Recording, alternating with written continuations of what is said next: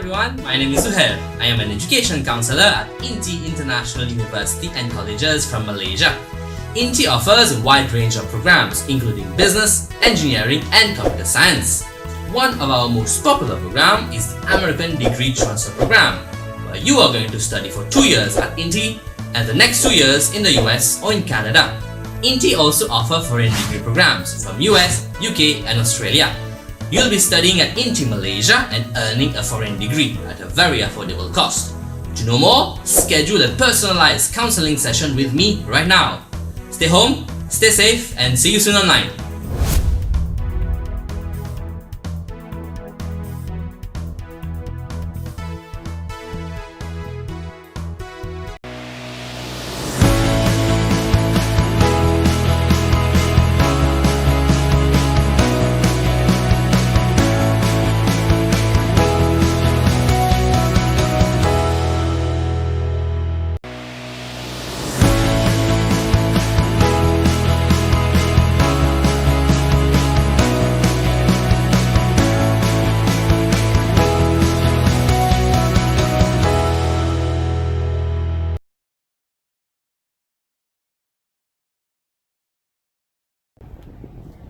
The next speaker on day 4 of our conference, where we are now looking at the future of skills, is Natalie Turner. And Natalie will be discussing the topic, the human side of innovation. Now, Natalie radiates joy and inspires courageous action. And as a catalyst for transformational change, she enables individuals and organizations to create and bring to life innovations that will change themselves and the world for better. She is the inventor of the 6I model, a model that helps people to measure their innovation strengths so that they can harness diversity and have a greater impact with new ideas. She's also the author of the award-winning book, Yes, You Can Innovate.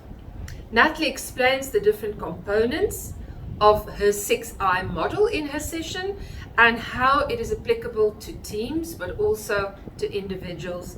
She explains how you can reflect on these competencies and how you could use that to structure meaningful teams in order to have better innovative practices.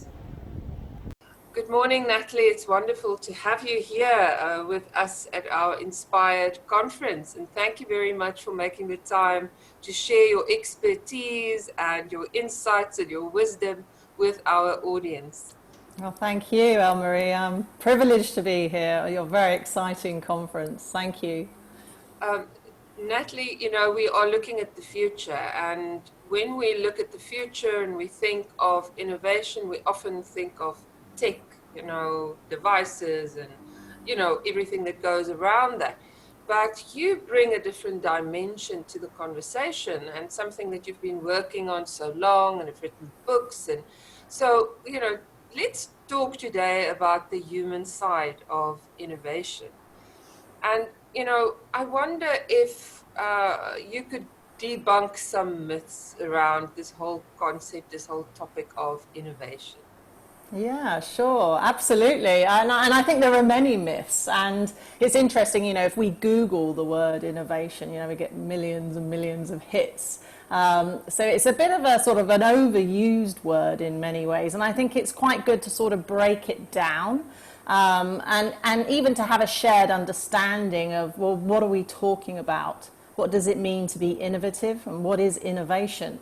So I broaden it out. As a concept, if you like, and to unpack it, how I define it is to create something. It could be a product, it could be a service, it could be a customer experience, it could be a new sort of interaction on how you communicate. It could be all these different types of things, but it needs to be to create something new, to create something of value out of ideas that are new to you. So they don't necessarily have to be ideas that are, new to the world. A lot of things that we see are actually not new to the world. They're combinations. They're things that have been brought together. That's why lateral thinking, obviously, is such an important skill set, a human skill set, to be able to look at different things and put them together. A very, very simple example is the suitcase on wheels. If we think how long did it take human beings to put wheels on suitcases, and we were like carrying around, these luggage and everything for many years, and those two things existed. But such a simple innovation that actually created a whole industry for baggage. So if we break it down, it's the sort of to create value out of ideas that are new to you. So if we broaden that out, then it can encompass lots of different types of things. As I said, services, products, it can obviously and does include new technology. And a lot of the time, technology is enabling these things, and there's a fusion between what we're creating. But it goes beyond that. And I think if we want to debunk the myths and to help people see that they can contribute towards being innovative, then to be innovative isn't just about coming up with a new idea. It's about how do you take that idea and actually create something of it.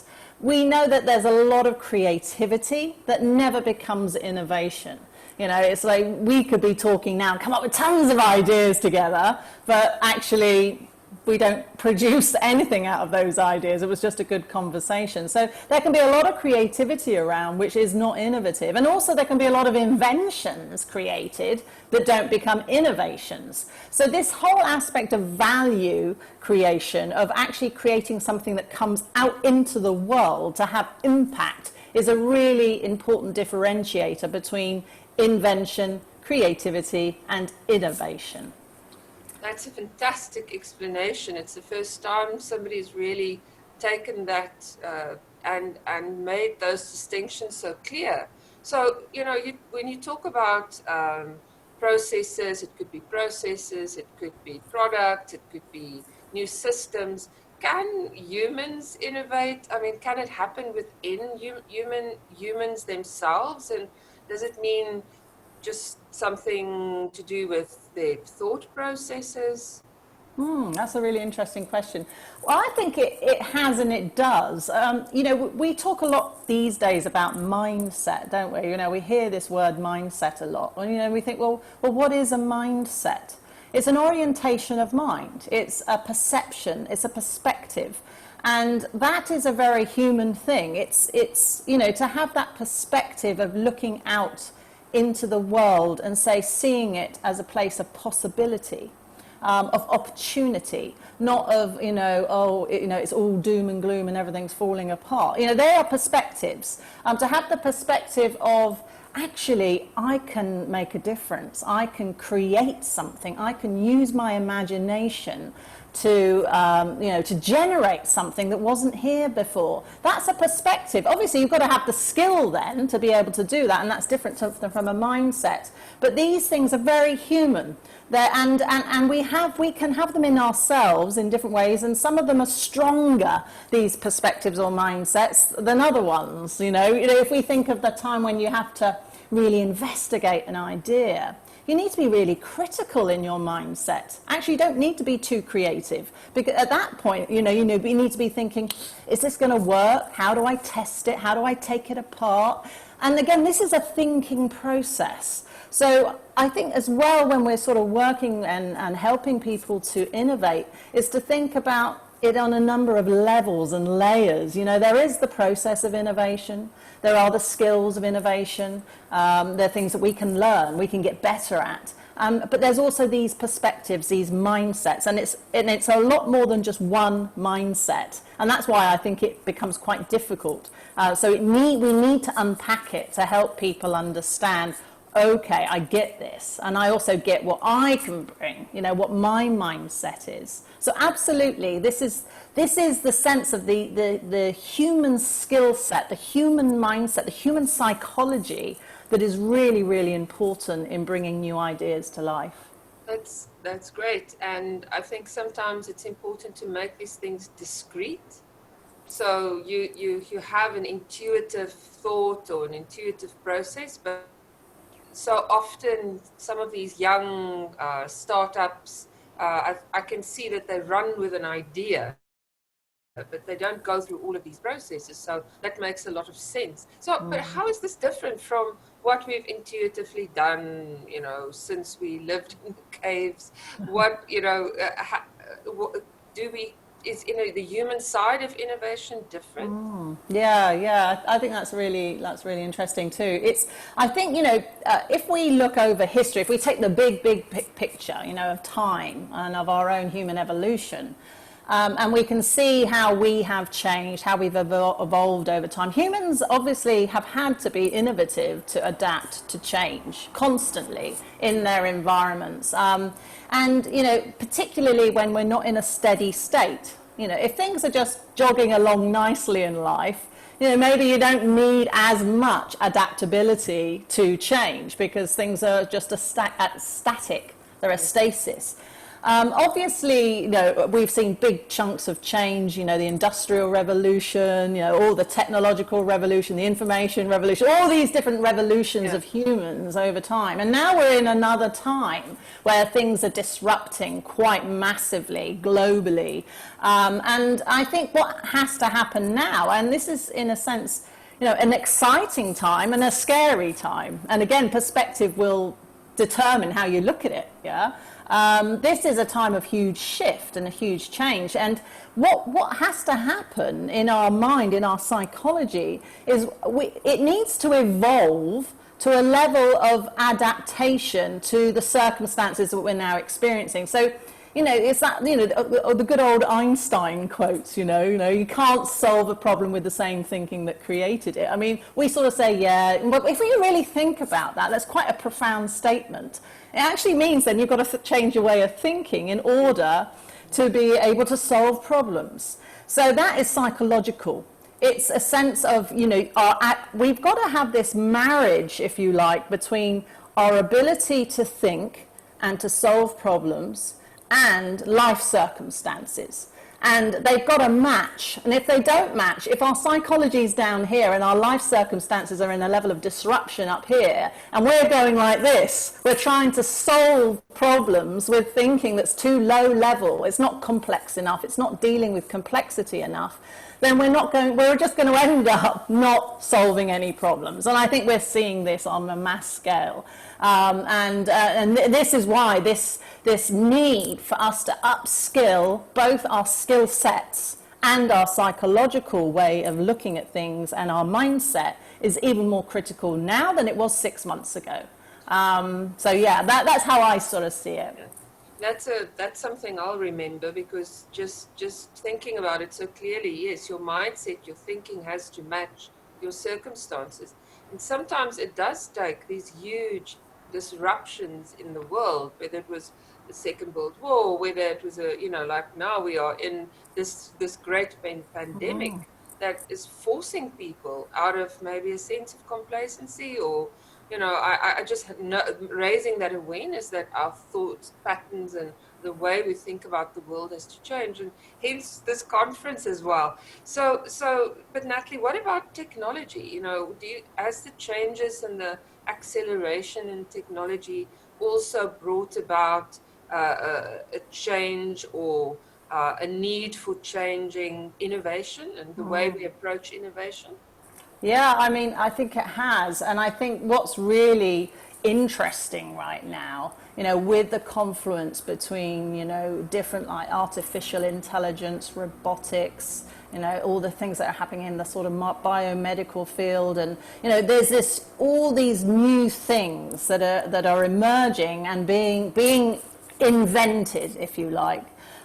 If they're to become innovations, it's humans right now anyway. It may well change as we become humanoid.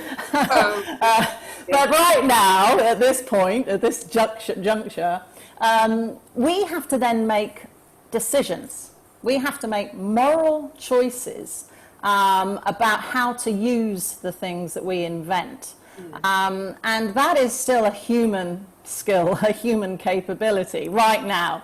And it may well be for a long time. Who knows? We don't, you know, things are accelerating so fast. But right now, this is a big dilemma, isn't it? Because our morals are based in values, and our values are often built in our cultural conditioning and all the socialization that we experience and our upbringing, everything else, all these other things that affect us and our thinking. So it's very important as to how we make decisions based on all these new technological innovations that are being created, and what decisions we decide to do because we have them.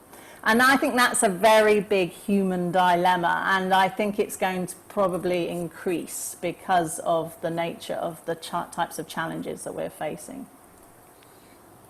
I think over time, you know, you just go back to the invention of the nuclear energy and the atomic bomb. You know, you can have that incredible advance in your technology, and you could put innovation to that kind of a use, but it has a huge moral implication. And it also, I think, is important to teach kids this at school, right? So I'm, as an educationalist, listening to you, and I'm thinking, wow, you know, it just has to, the whole curriculum, the way we approach thinking in schools need to be adapted as well. Yeah. Now, as you've explained, you know, how do people who are new to this whole idea, they've always been creative, but they want to be innovative, and how do they approach this? Do you have a guideline that you could, or a structure? I know that you've developed your 6I model that could perhaps help people to kickstart the process. Yeah, absolutely.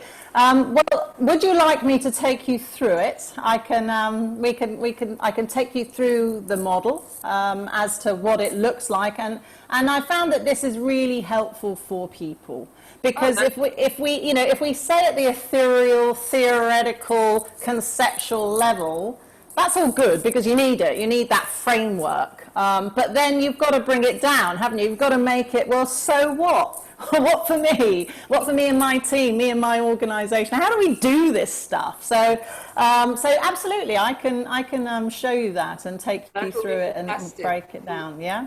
That will be fantastic, yes. I'm sure everybody is quite excited to see what and how you visualize this and how you give it a bit of structure, but as you say, also what are the practical applications for our lives. Great to see the model, Natalie. So just before you talk us through this, just tell us a little bit about your thought processes. What brought you to developing this model?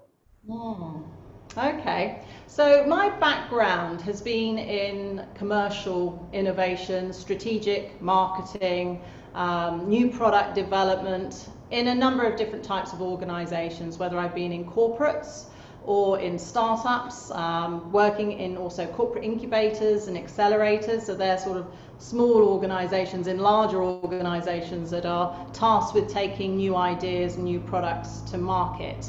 And one of the jobs that I had just prior to setting up my own business back in London in 2006, I was an innovation director in a research firm. And the research firm was really responsible for consumer research and business-to-business research on a variety of different things. But I was in the innovation part. And our role was to spend time with organizations.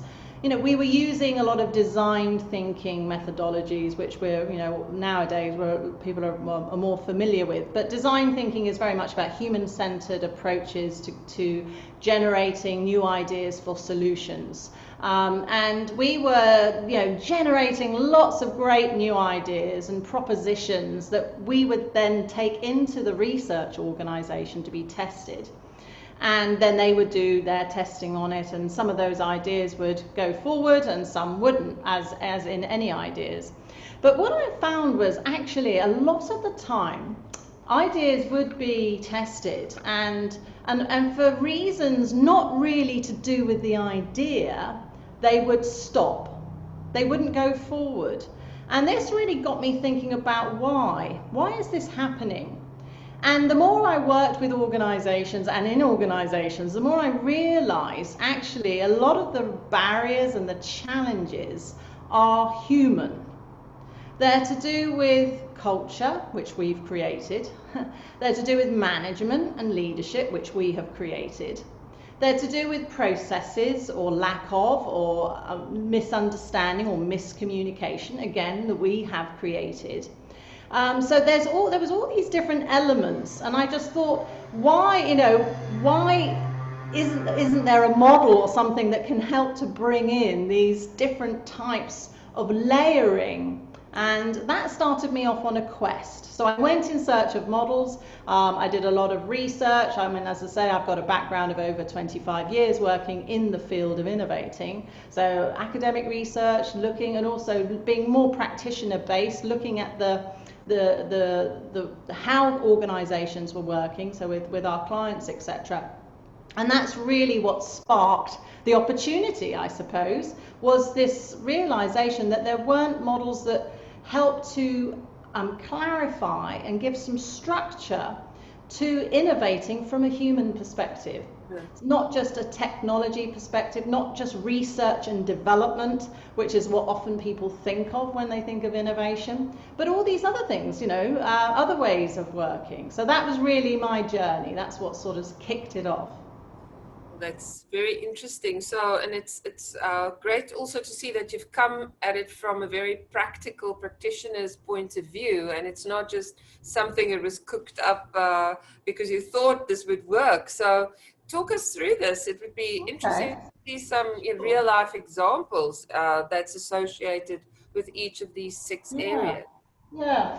Okay, so you can see that we've got these 6 different elements around the edges. We've got identify, which is all about, the ability from a human perspective to spot an opportunity, to be able to see a discontinuity, to sense how things are changing. It could be disruption, or it could be something quite small. It could be that you identify there's a problem or a challenge in a process that you've got. So it doesn't always have to be big, big massive changes. It's just that perception, again, of curiosity. I've given it the color blue, blue sky, blue ocean, that expansive thinking that's looking out onto the horizon to say what's coming, what's emerging, what's new. And the types of people that are good at this are, I call them identifiers. So these people tend to have that outward orientation, that curiosity about the world. And so that's the identify stage. Then we've got the ignite. Ignite, you can see, is the color red. And red, when we think of like lighting a match, you get a spark. So this is that part of innovation, which is the creativity, it's that imagination, it's that aspect of coming up with a solution, hopefully that addresses some problem, challenge, or opportunity. And that's quite interesting in itself, because I think a lot of the time we just generate ideas, but we haven't got them anchored to an opportunity or to a problem or to a challenge. So, and the mindset here that I associate with this phase is creativity. Then we've got the investigate phase, and you can see the color here is more teal blue. It's more like turquoise. It's a cooler stage of innovation. It's when we have to go out and test. Are our ideas going to work? And are they going to be feasible? Or how can we actually make sure and investigate that they're going to be useful? Very different types of skill sets required here to the identify and the ignite stage. A very important part of innovation, because you can waste so much time if you don't do this properly, just jumping into ideas or whatever. And these people I call identifiers, and they have a critical mindset. They're able to look at things dispassionately, objectively, and really sort of research and test and see whether something's going to work. Then we have the invest stage, and you can see the invest stage is the color green. And if we think of green, that color, we often think of growth. We think of go, the light, green light, let's go. We can often think of money or resources, and sustainability, you know, growing something. And this phase of innovation is all about the courage, really. The mindset here I associate is courage. It's the courage to say, let's do it, let's go for it. And often with innovating, unlike other types of processes or other types of things that we try to do in our work, we don't always know, because we haven't got the experience behind us, what may happen. So we need more courage to do new things, and particularly nowadays. And this is an interesting phase of innovation, because I often call it the graveyard of ideas. You can spend all the time you like, you know, in these first 3 I's, dancing around, excited, coming up with new ideas, testing them, great opportunity, and then nothing happens. And if you're in a team or an organisation, this often can be where, no, we're not going to do that. You can lose a lot of momentum. But so you need courage here to move forward. Then we've got implement, the purple colour. Purple historically is the hardest colour to make. And this is the hard work of innovation. This is making it work. Implementers. This is where people who actually can take an idea and drive it out into the world and to make it happen. So a very, very important part of innovating. And the mindset here that I associate with this phase is commitment. And different skills are needed here: team building, influencing, partnership creation, all of this thing to make things work. And then the last I is improve. And improve is orange. If you think of that sort of glow, that vibrancy, when you've got an idea and you can think, oh, I could do this with it, or maybe this with it, or maybe I can, you know, do something and bring something else in. So it's all about improvement. And also learning, being willing to learn from failure, learn from success, being able to communicate that. And the mindset here I associate with it is clever. So we've got these different phases of the journey that ideas take. And it's not like they just go round and round in circles, although sometimes it can feel like that. It's really about being able to move and to iterate. So we need agile maps these days because we need to be able to say, okay, I've got an idea in Ignite and I need to go and investigate it. Okay, maybe it's not going to work. I need to go back to Ignite. Or maybe the opportunity has now evolved. I need to go back to identify. Yeah. Maybe I need to dip into invest for some, you know, small amount of money to test something and then move back to investigate. So we use it in an iterative way, you know, use it in a way that helps to map the mind and the skill set of what an idea might need at any phase of its innovation as it's journeying to become real in the world. And then in the center you can see purpose, which is all about why.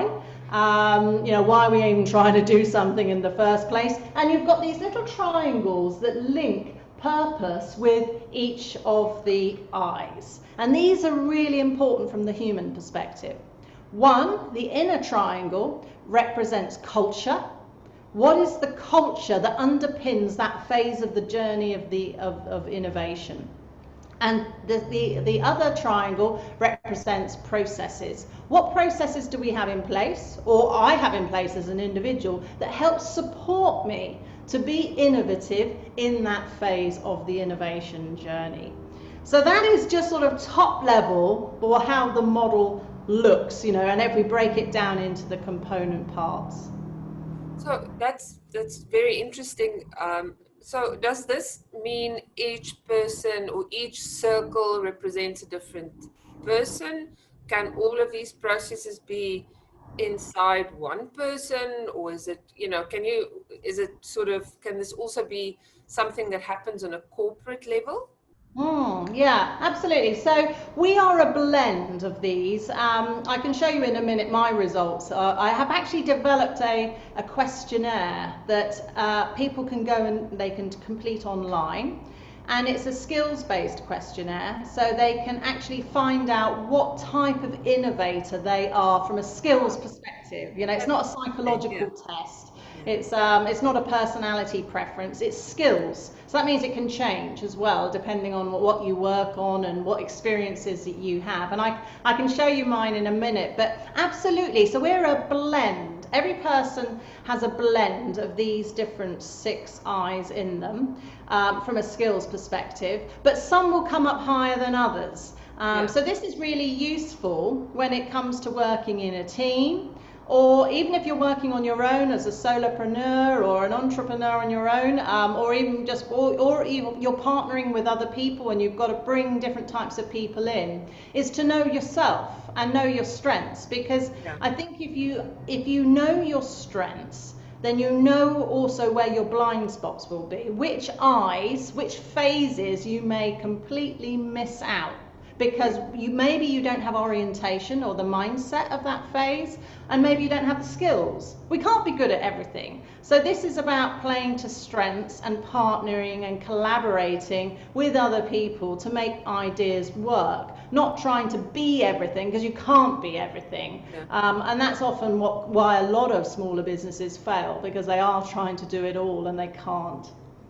No, but I think there's also danger if you take the model and you say, okay, I need an identifier and I need an igniter, because people, as you say, you're a blend of these things, and in a team you won't just be given the role of identifier, right? You will still be part of that process, but you could maybe have more of a if you know that that's strength, that is when you could maybe play a bigger role. But I'm sure that you don't just say, okay, I need 6 people and you are this and you are that. That could be a pitfall, right? Yeah, absolutely. So it's not like personality in that sense. It's I think people have got different types of capability or skill set across all of these. It's just some of them they have maybe more of, and therefore they're being more engaged or stronger at that particular phase of innovation. But it's a really important point you make, because what can often happen, and I see this with personality tests, is people sort of say, well, that's me, that's just the way I am. And I would say from our perspective, and my perspective on this model is, be yourself and be your strengths, but never at the expense of what an idea might need in order to work. So yes. I'm an igniter, but if my idea needs investigation, which I'm not so good at, do I just sort of say, well, tough, I'm an igniter, so it doesn't matter. That's such a, it's not a very helpful way really of looking at it. If the idea needs investigation, then I need to find someone or get some support or help or outsource, or that phase to help me do it better, because otherwise the idea will not be as robust in its journey. I liken it to a relay race, when you've got the baton in your hand and you're running, you're part of the race, and then you pass it to someone else and you say, it's now with you. I really need you now to help to take it to the next phase. And so the idea is the baton, and it's moving all the time. It's in a dynamic, energetic movement, and I think the more we can look at it that way, the easier hopefully it'll become to see innovation and the process of innovating as this dynamic way of working. And the important thing is to know, where do we most bring our skill sets and where do we need other people to engage. And you also mentioned something interesting, and that is that when you developed the questionnaire, it was a skills-based questionnaire, and that it could move. So that you could develop skills over time.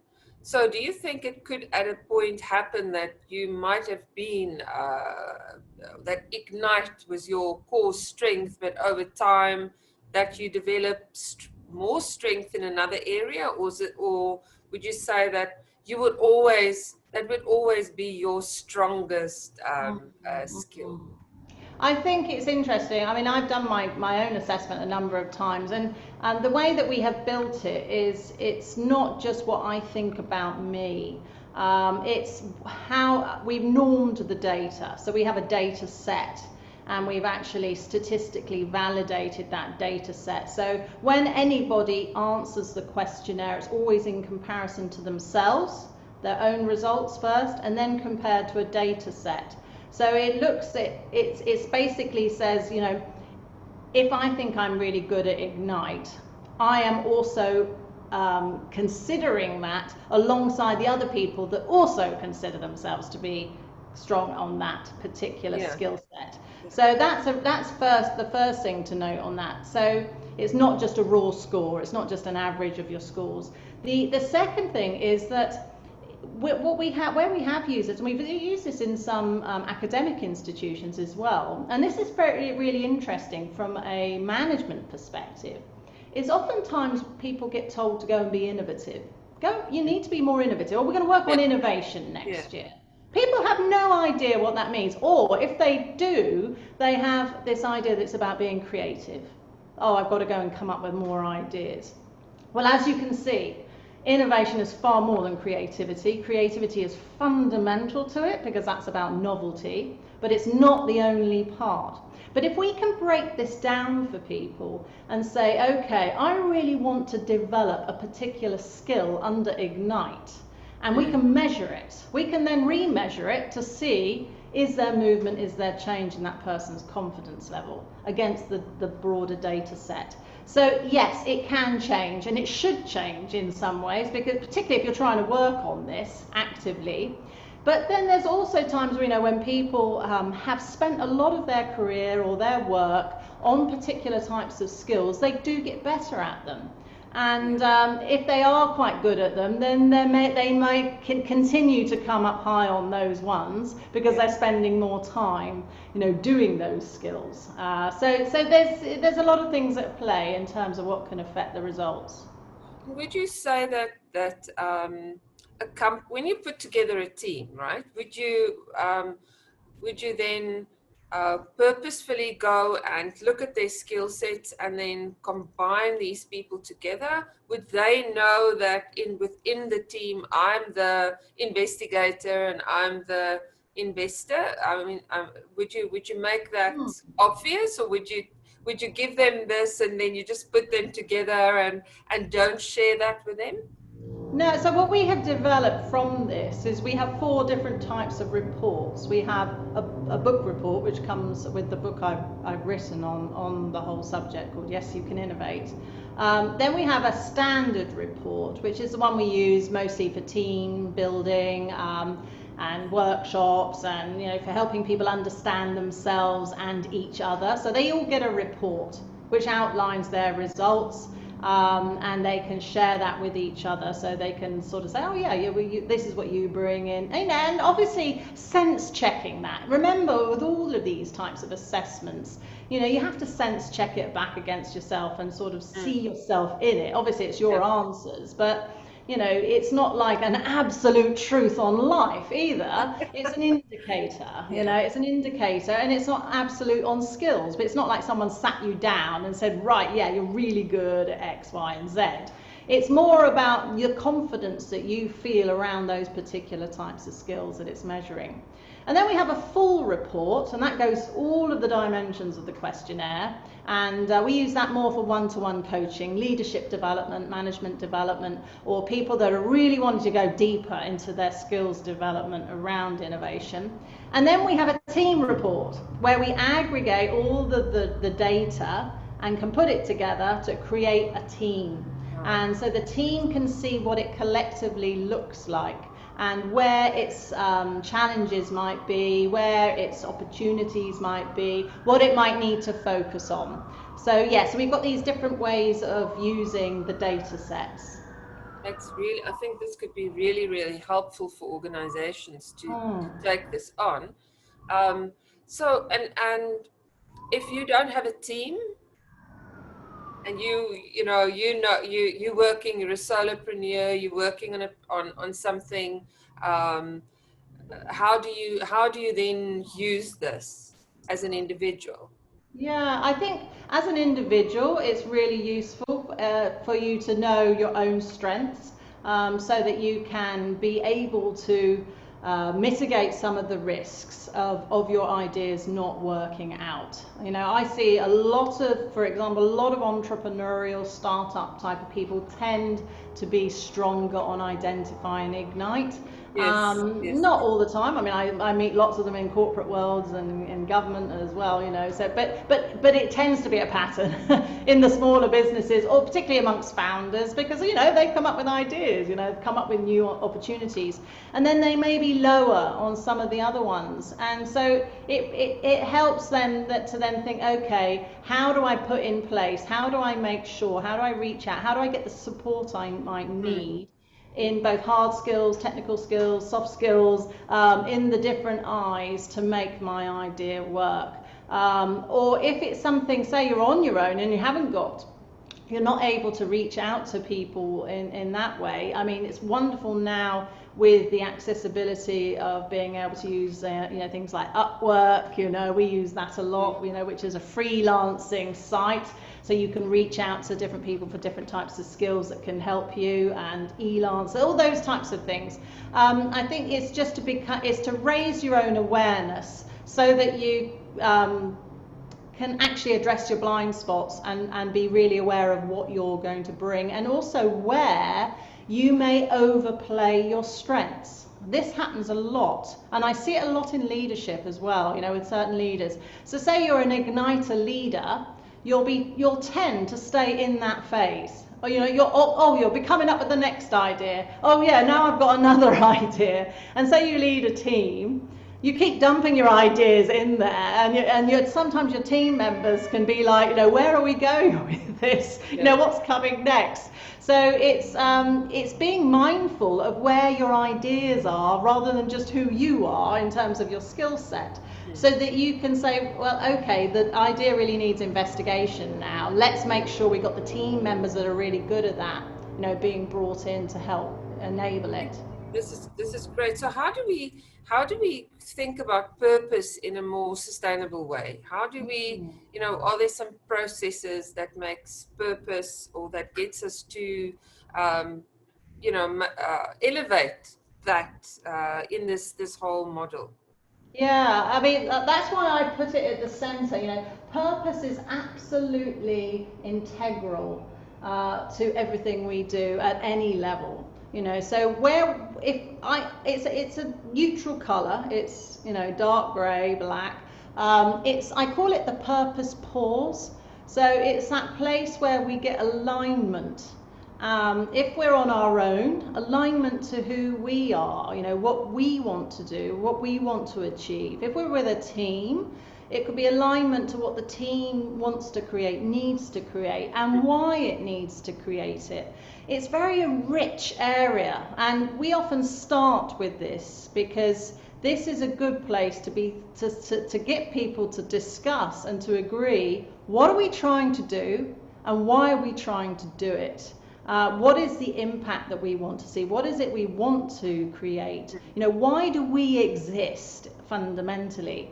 And then that really helps to gel people into an aligned way of thinking before they really start hunting or searching or looking or experimenting. And it's always somewhere, because it's in the center, you'll notice you've always got to go through it to go to another phase of the innovation journey. So say you ignite an idea and then you think, okay, let me go back to purpose. Is this idea going to help me address my purpose? If not, okay, do I go back to ignite? Maybe I go to improve, you know, but you've always got to travel through purpose, and that's why it's in the center of the model. And we can have different levels of purpose. You know, it can be individual, it can be team, it can be corporate, it can be societal. But we can sort of stack it, if you like. And one of my clients said what she likes really about this model is you can dial it up or dial it down. You can dial it down and use it for day-to-day work, you know, things you're working on, and you can run it through your own mind. And then you can dial it up to a big project maybe you're working on, You can do it, maybe on something disruptive, more disruptive innovation type, or more radical innovation, or you can do it on something incremental and small, or something more in process improvement. So there's different ways to adapt and use it depending on what your purpose is and what you want to try to create. I think that's so important because so often we lose sight of that, right? So, and I see it almost as the glue that would tie the company together or tie the team together, or and it makes that it's almost a vehicle for inclusivity as well, so that you ensure that you keep that in mind and it grounds you. And you spoke about your profile. Is it possible for you to share that with us? Okay, let me share that with you. One moment. Okay, so what you can see behind me is my profile on my innovation strengths. So the questionnaire is made up of 36 questions, and each of the concepts has different questions obviously associated with it. And what we're looking at measuring are three things really. One is sort of general skill, skill that I might be good at. The other ones are more about culture and our ability to be able to stimulate or grow an environment for others to get good at certain things. And the other one is more about open innovation and collaboration. So we've got these aspects around culture building, leadership, open innovation and collaboration, and our own sort of personal skill set. So that's what we're measuring here. So if you have a look at my results, you can see that I'm high on identify and ignite, as in I consider myself to be good at spotting opportunity and being curious and coming up with new ideas. But you can see here my investigate skills, I don't perceive myself to be as good at that particular phase. Now remember, it's normed, so it's also normed against other people who consider themselves to be good or not so good at that phase of innovation. Then my invest skills and my implement skills, a medium. I'm quite high on implement. I tend to be a bit of a Nike girl, I'm like, let's just get on with it, let's do it, get the idea, jump on in. But actually what this has really helped me do is get more conscious of my blind spots, particularly around investigate, to say, hey, let's stop a minute, let's get back into purpose. What am I doing? Why am I doing this? What's the end game? What are we trying to create? How's the best way to go and investigate this? And that might be something that happens a nanosecond in your own mind, if it's just something you're working on, or if it's something a bit more substantial, you'd spend more time. You start to spend time on investigating it. And then you can see improve is not as high in my skill set, and I'm very aware of that too, because I tend to want to jump into the next thing, and so my strength of the igniter comes into play, and then I'm off with my next ideas. So I've also learned bring in the improvers, or bring in more in myself when I need that phase of how else could I do use what I've already got. And it's been interesting, even in this journey, my journey with the development of this over a number of years, is we now have so many different things around it. It started off just as the model. Then it became the assessment tool for individuals. Then it became a team assessment. And then it became training programs. And then it became a facilitation for teams to work on new ideas together. And then we started to get more into innovation management systems and develop. So we've optimized and improved it over and over again. Now we train other people, certify other people to be able to use the model in their work or in, with their clients or in their organizations. So this phase of improve is so rich. It's like, wow, I think a lot of the time we forget, we sit on so much value already, but we just don't know how to get it out there. We don't know how to operationalize it. And so the improve phase is something that I've learned quite a lot in myself, about how to take other ideas forward. And you can also see that there's a second bar, and the second bar is an importance score. So the importance scores is how important are these skills to me in my work now. So it can give you that that gap between, you know, what's actual and what's important, if you like. So it enables you to sort of have a sense of, you know, these skills are really important to me. So look at my investigate skill. You can see how important it is in terms of my understanding. So that's really useful too from a developmental perspective, because then I can think, well, actually, I don't consider myself necessarily as highly skilled as other people who are really highly skilled at it, but it's so important. And therefore, I need to be spending time, I need to bring in the right people at the right time to help. It's always great to see. Thank you for sharing this, you know, publicly with us. And I'm sure there are a lot of people out there who are like, oh, I want to know what I am. I would like to do that. So we'll talk a little bit more about how people could access this towards the end. Now, if we look at this process as a whole, how do we realistically apply it in this really volatile and uncertain world that we are living in now? Or even if you find yourself in a very hierarchical organization, you know, is it possible to apply this model?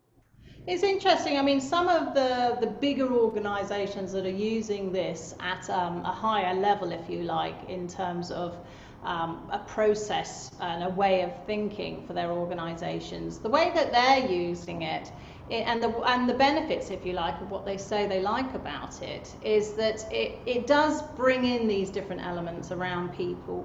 And culture, etc. But it also gives a roadmap and a process and an umbrella, if you like, to be able to plug in the different types of methodologies or approaches that are already out there, you know. So we talked about design thinking earlier on. Design thinking from the perspective of the 6 I's is very much within the identify, ignite, investigate phases. You know, it's that time when we're really trying to iterate an idea, make sure it's addressing a real human need or a real problem. It's bringing in the right people and testing and going backwards and forwards. So it doesn't surpass design thinking. Design thinking is built into the approach.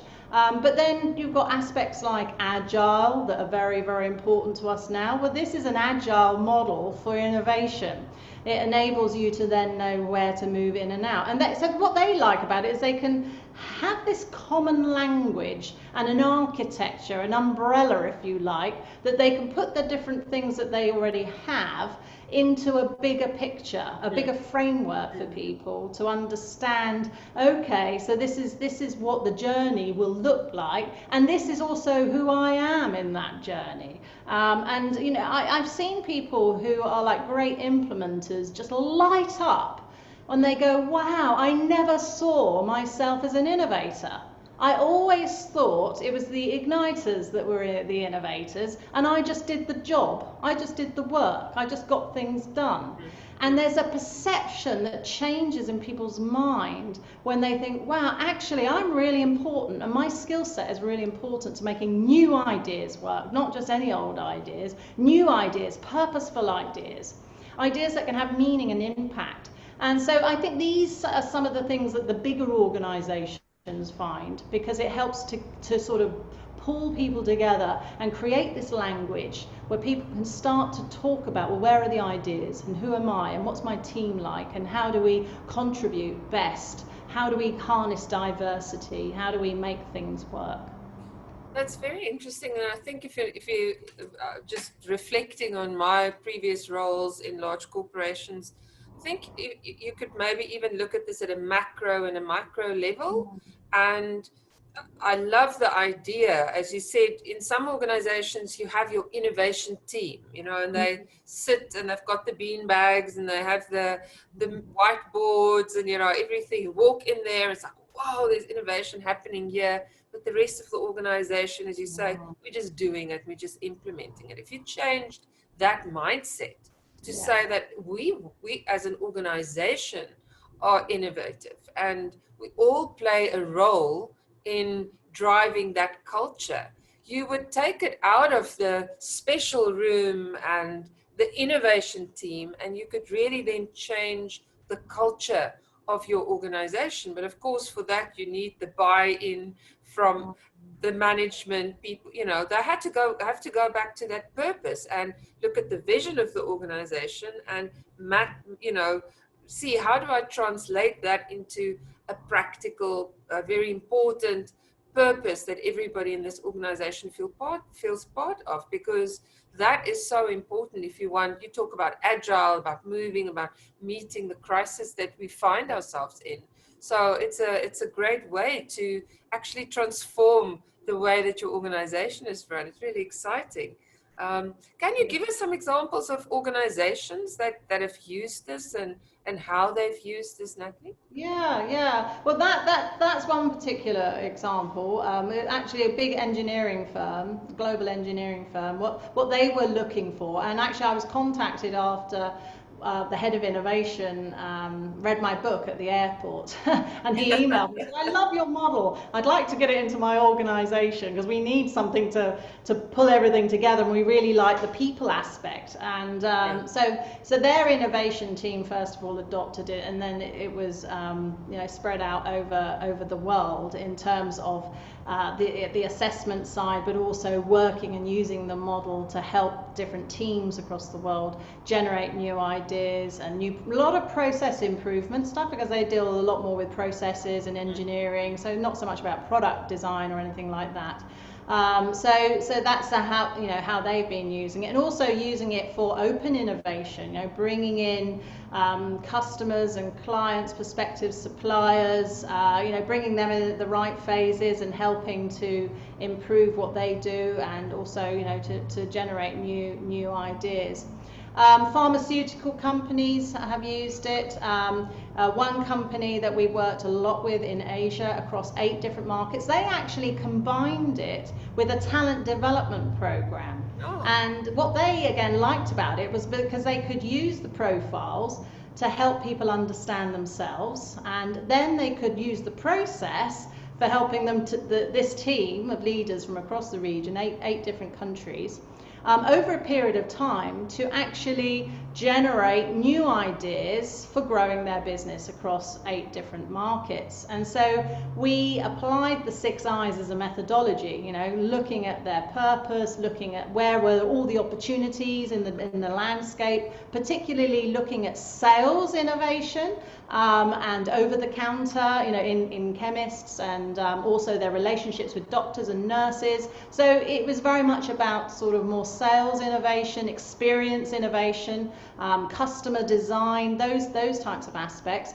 And then over a period of time, over a number of months, we had different types of workshops and interventions to help them, generate new propositions and ideas. And then the teams would go and investigate them in market, then come back. Then we did a whole thing around pitching and influencing at the invest stage, where they had different leaders coming in and saying, right, we're going to back these ideas, not these ideas. And it gave them again an architecture and a way to know where they were at the different phases, and why ideas were going forward and why other ones needed to go back into more testing or maybe were parked for whatever reason.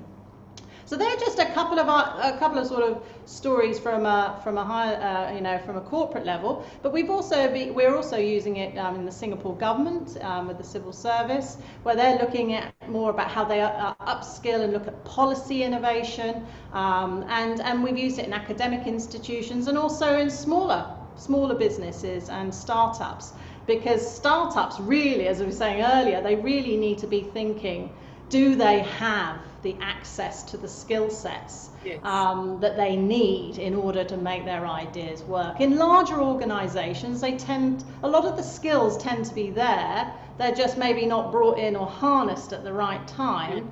What some of their challenges can be more around culture, leadership, management issues, legacy systems, things that stop innovation happening.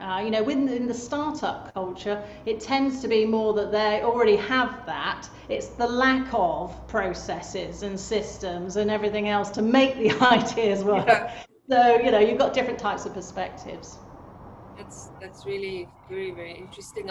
From an education perspective, I could immediately see how that could work, even in a macro level, in a university or in a school, or even in a micro level in a professional development, in a team that work together, and in schools, your professional learning teams, when they could also consider this as well. So I absolutely see the wide implementation and possibility of the model. So are there any potential pitfalls, do you think, that, people should be aware of?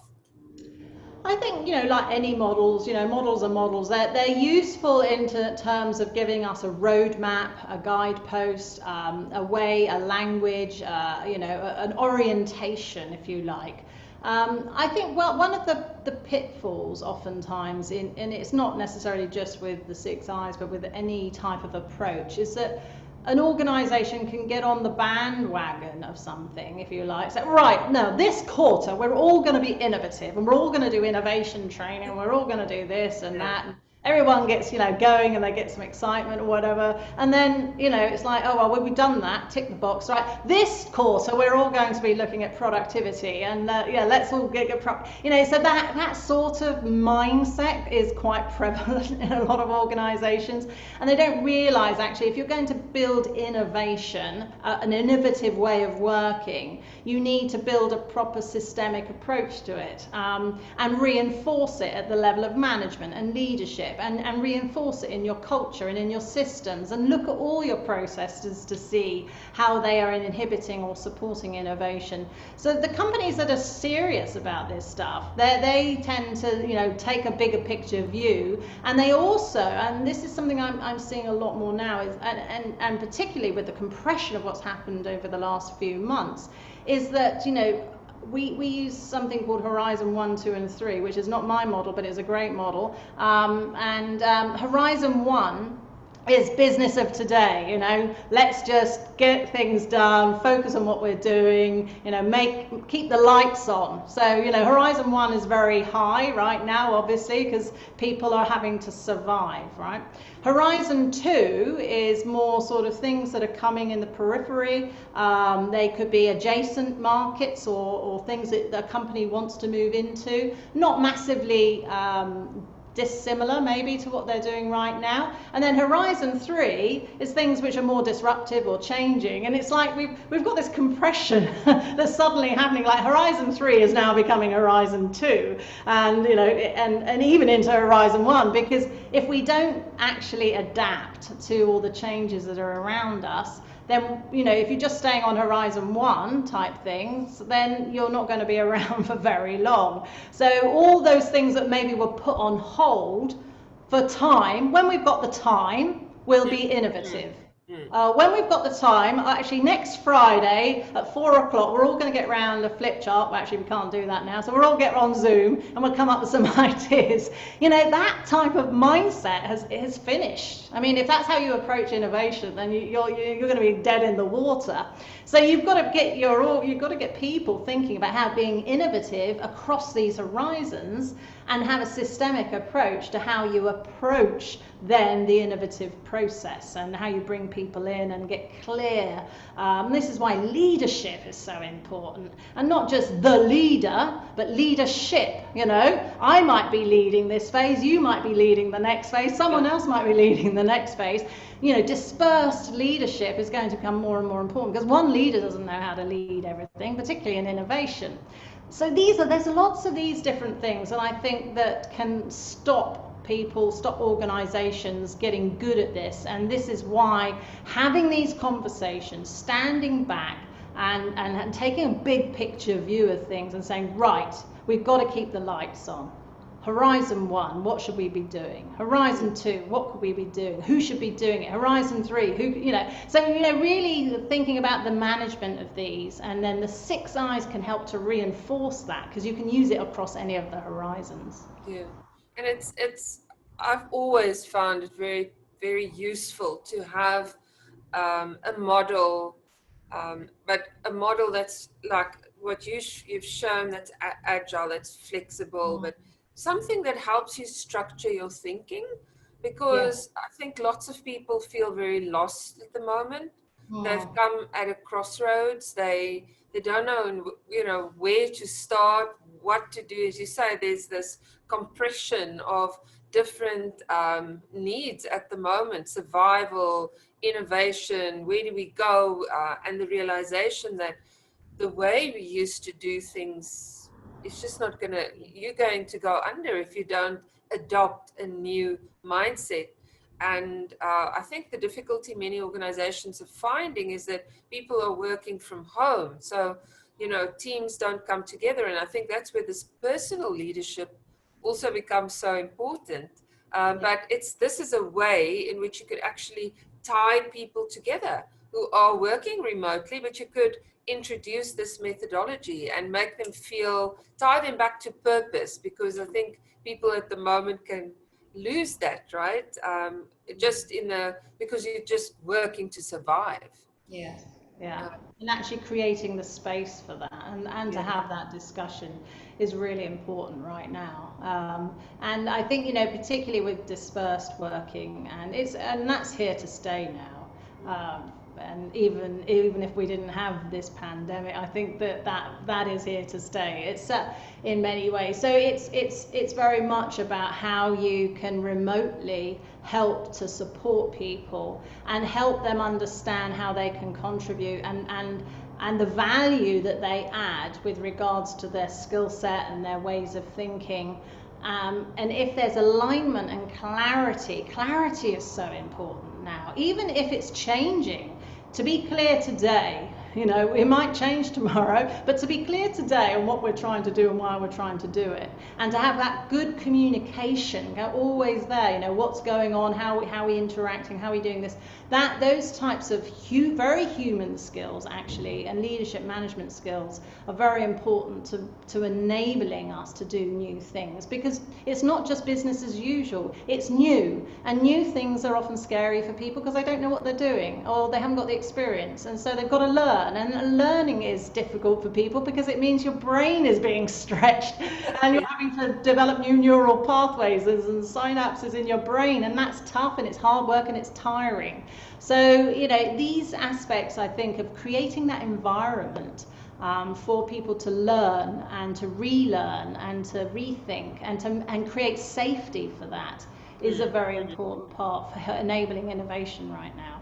Yeah, that's the safety aspect. I think is so many people talk about. One of the most important aspects of innovation is the safety to fail, and to see failure as not as a personal failure, but as it's part of the process, and that you learn from that and you embrace that as a team. But you can't do that if you don't feel safe and that people understand that this is a process.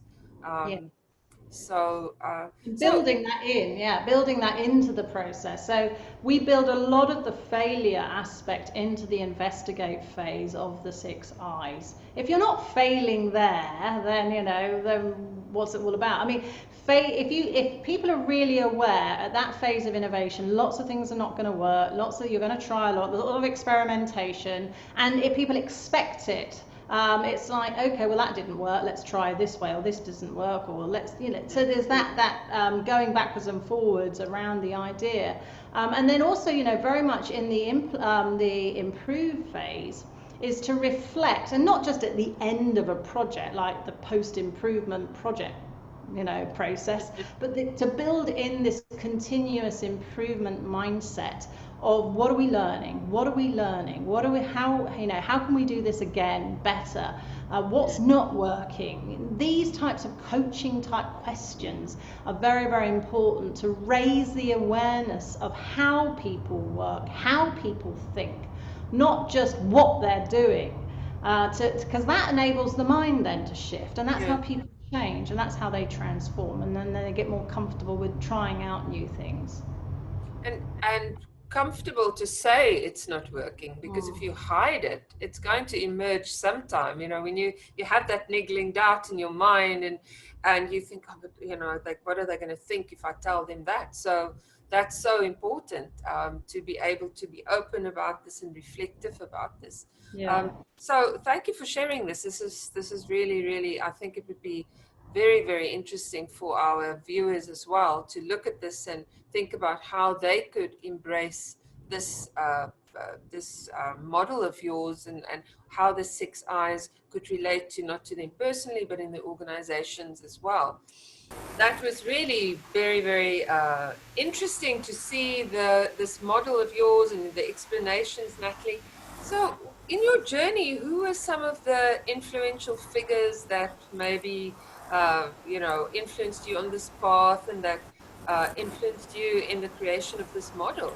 Oh, there's lots of many people. There's people that are more in the sort of the academic practitioner field. People like Dr. John Besant, who's a great writer and also a great friend of mine now. And he really brought in a lot of these big issues around thinking, more systemically around the innovation angle. Dr. Bettina von Stam, she was another great writer and thinker, and also a good friend. And actually, she was the first person that we trained in the 6 I's, which was amazing because she's also, a prolific writer in the field of innovation, and she, her approach is, and where she really brings in some this dimension more around sustainability and purpose, and that's hugely instrumental to my thinking, and becoming more and more so, actually. Even I think when I invented the model, which was a number of years ago now, it was important then, but I think, as time has gone on, particularly looking at the world and looking at business, looking at sustainability and where we're going as a human species, purpose is absolutely fundamental. So there's aspects, so those two and others. I mean, there's lots of great thinkers and writers in this field that have been influential to me. On a very practical level, I had a great mentor at the time when I started to develop the 6 I's. His name's Neil Mehta in England. And he actually said to me, Natalie, you know so much about innovation. You've got a lot of different perspectives. Why don't you invent and create your own intellectual property? And that really sort of kick-started me on the journey to do this. And I think that the other people that really were instrumental were a number of different clients that I worked with over time, because they gave such a practical view of how to do this, what's it like on the ground in real life, not just an academic approach, if you like, but real practice, practicum, that whole aspect of coming up out of the real world of work, and not trying to force fit a model into practice, but to having it, obviously informed and built from a theory. You have to have that, but to see, how does this work? Does this work in the real world? And to build it out of that, and then to retest it in those environments. So so lots of different people, across all sorts of areas have been very influential as mentors, guides, influences.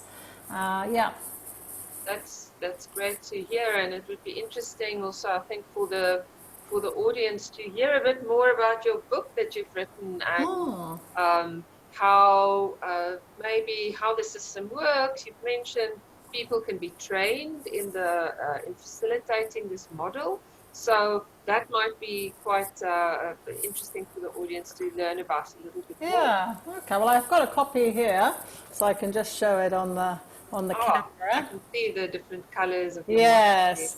So my book's called Yes, You Can Innovate. I think if I was writing it now, I'd say, yes, you must innovate.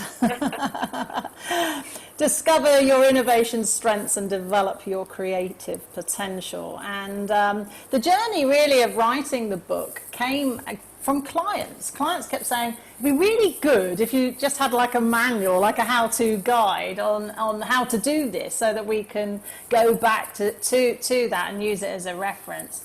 And so that really started off the journey. And then I contacted Pearson, who are the publisher in London, and you go through a number of iterations on proposals and everything like that, and they have to pitch in the idea to the editorial team, and then it was accepted, the idea was accepted, and then that started the writing process. And it was about a year it took me to write, about 6 months to write and 6 months to edit.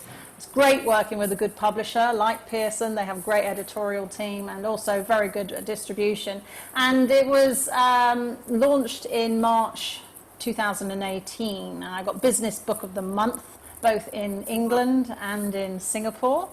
And actually, it's now been nominated for the Golden Door Award, which is the first award for non-fiction writers in the world. So it's done very well. And I think the reason that people like it, again, it comes back to practice.